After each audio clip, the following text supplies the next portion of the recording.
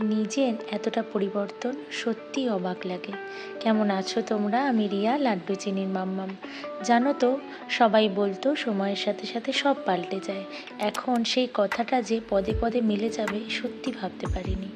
জীবনের হিসাব, জীবনের ভালো লাগাগুলো সব পাল্টে গেছে। আগে নিজেকে নিয়ে ভাবার অনেক সময় ছিল, তবে এখন নিজের থেকে সন্তান আর সংসারের চিন্তা বেশি। তবে এই ভালো লাগাগুলোতে আছে অনেক তৃপ্তি। সন্তানদের ভালোবেসে কোনো কিছু করাতে পরিশ্রম মনে হয় না। আমাদের প্রত্যেকটা মেয়েরই একটাই স্বপ্ন, নিজের হাতে সাজানো গোছানো সংসার। তবে এই পরিবর্তনে আমার এক ফোঁটাও আফসোস নেই। আজ বানিয়েছিলাম অনেকটা চটজলদি একটা চিকেন রেসিপি।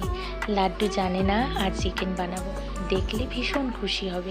জানো তো, আজ বাড়ির অনেক কাজ আমি গোছগাছ করতে পেরেছি, কারণ চিনি সোনা ওর ছোটনার ঠাম্মুর সাথে গ্রামের বাড়িতে গেছিল।